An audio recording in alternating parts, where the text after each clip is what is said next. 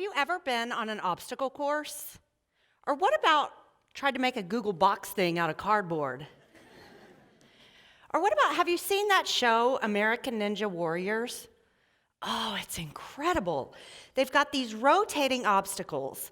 They've got this swing that you jump to this rope ladder, and then they've got these rings that you climb up and you climb down, all while the platform that they're mounted on is moving.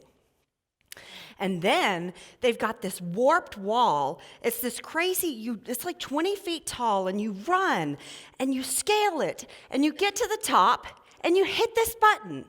You've done it. You've achieved. You've arrived.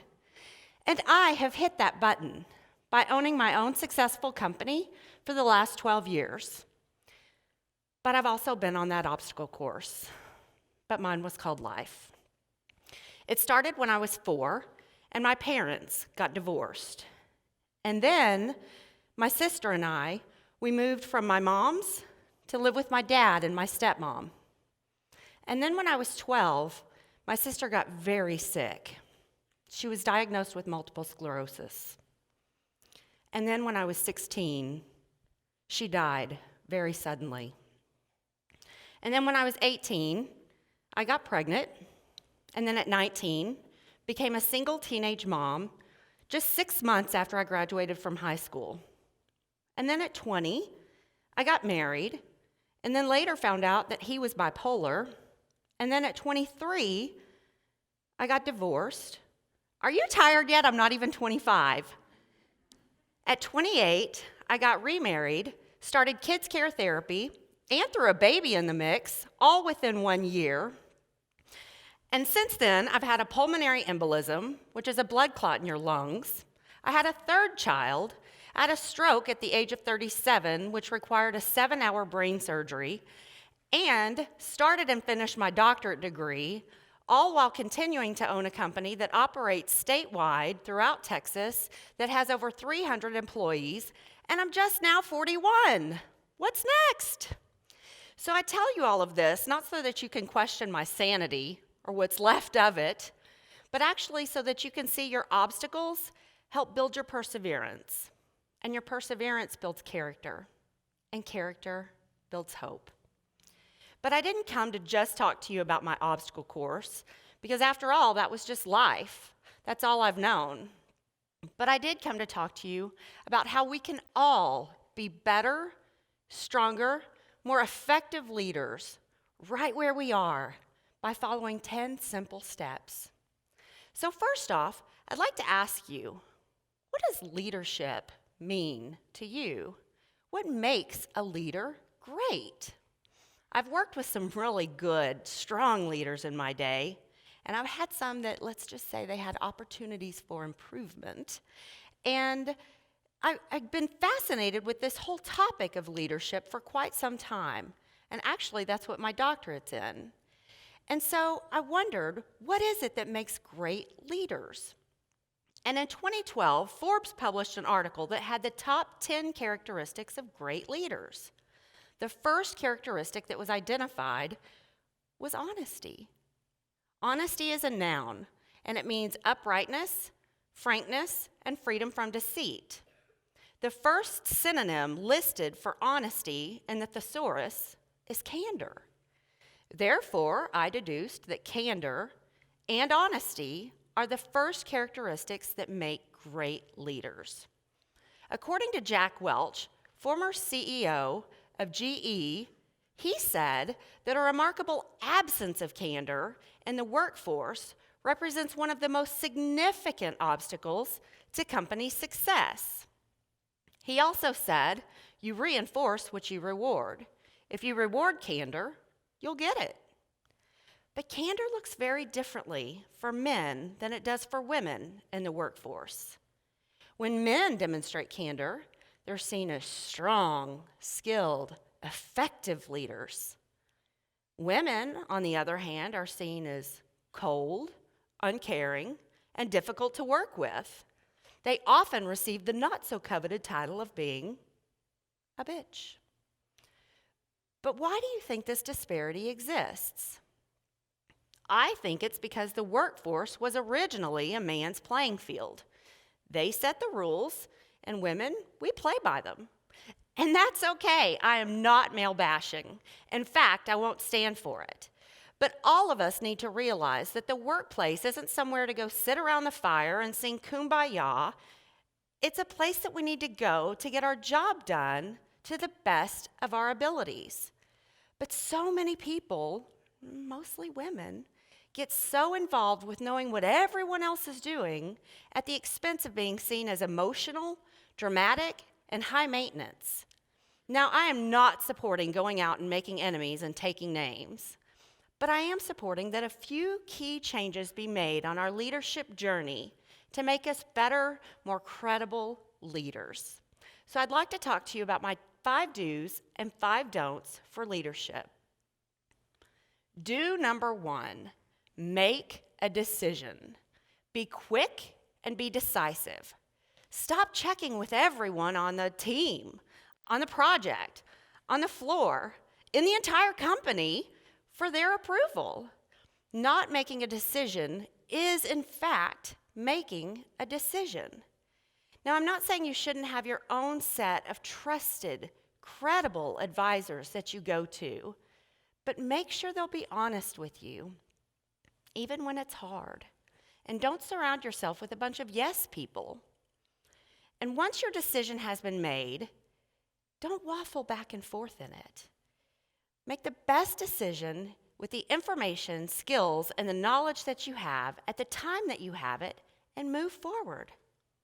And do number 2, build your network. Men are really great at doing this, and women, we could learn a lot from them. But all of us have been put in a unique situation where we have something to offer someone else, and vice versa. Use that to your advantage and reciprocate that for others. When I was at school for my doctorate at Pepperdine University, we had to create our list of our pocket opportunities.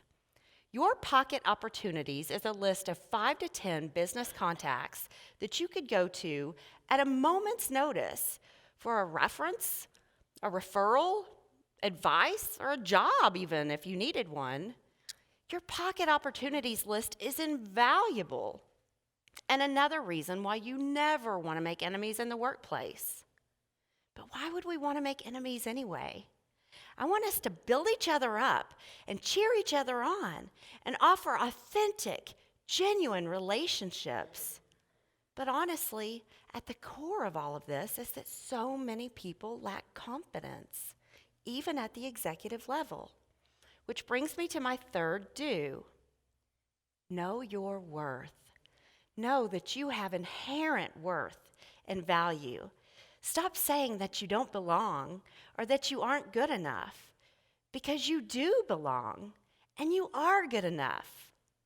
So many people self-deprecate by making themselves look small in their eyes and in the eyes of others.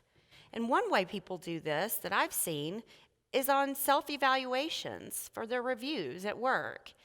And they'll give credit to the team instead of taking credit for the things that they have been able to accomplish. If you did the work, take credit for it. Be your own best advocate, or no one else will. Now, whatever you do, do not tempt or seduce your way to the top. Your advancement and your reputation will forever be tainted. Affairs always harm the relationships in the workplace, and it's never a good idea. Have confidence in your own gifts and abilities, and know that you are wonderfully and uniquely created. Go forth confidently in that knowledge. And do number 4, take constructive criticism. Now, I'm talking about constructive, not destructive degradation. But be prepared for feedback and learn to see the constructive criticism as a gift that somebody cares enough about you to see you succeed. Learn to win and learn to lose. We're not always going to get a trophy in everything we do, and that's okay. This is life. That's called reality. And do number 5, keep your nose clean. Have you ever heard of that? It's a Southern saying. My grandma used to say it. It means don't borrow problems. If it's not your issue and not your situation, then don't be involved in it. Let those involved figure it out. And if they do, then great. And if they don't, that's great too. You are not paid to be the company referee or the house mom. Serve your purpose at work, or else you'll be replaceable. So now that we've covered my top 5 do's, let's look at my top 5 don'ts. Don't number 1, don't over-apologize. Stop over-apologizing. If you haven't done anything wrong, then you have nothing to apologize for.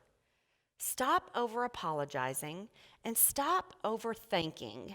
Learn to speak the language of success with confidence. Now, if you truly did do something wrong, then by all means, offer a sincere apology. But that's not what I'm talking about. And don't, number 2, don't belittle others. Don't denigrate other people at the office. Don't be the office gossip. Don't associate with the office gossip. If they'll talk to you, they'll talk about you. Rise above that. You are so much better. Don't limit your success or the success of others by participating in junior high antics. Office gossip is cancerous. It creates a toxic environment. Don't be part of it. And actually, while we're on that subject, let's talk for a minute about integrity. What does integrity mean to you? To me, integrity means making the right decision even when no one is looking. And it's being committed to that decision even when it's hard. Integrity is being impeccable with your word and having a commitment to moral courage. Every day we have a choice to act and speak with integrity. What is your integrity worth? What is your word worth? After all, sometimes that's all we've got. And don't, number 3, don't use qualifiers. You may not like this idea, but I'm not really sure how this is going to sound, but really? How many times have we been guilty of setting our own ideas up to fail before we've even given them a chance to soar? Qualifiers set you up for a lack of success. They scream self-doubt. Mean what you say and say what you mean. It's your opinion, so own it. And don't, number 4, don't dishonor boundaries. Know and honor your boundaries 360 degrees. Be friendly, but not friends with those above and below you, because at some point you will have to give and receive constructive criticism from them. And it's much easier to do when those boundaries have been maintained. And once they're crossed, it's hard to go back. It creates role confusion and resentment. So it's best just to honor them from the beginning. And don't, number 5, don't be inauthentic. Develop and protect your brand. Your brand is your unique set of visions and values. It's your purpose and your passions. Do what you do best, and the rest will come to you. And protect the quality of your work and the integrity of your words and actions. Diane von Furstenberg, a designer, once said, "I didn't know what I wanted to do, but I knew the woman I wanted to be." Do you know the person that you want to be? When I was in school for orientation, we had to write our 80th birthday toast. It was a chance to reflect on the person that I wanted to be known for when I'm 80 years old. And during that whole exercise, I realized I am writing that person's journey every day. I am creating her legacy in every decision and everything I say. And you are too. I encourage you to write your 80th birthday toast and post it. Live life by it. Make decisions by it. Now we've covered my top 5 do's and my top 5 don'ts.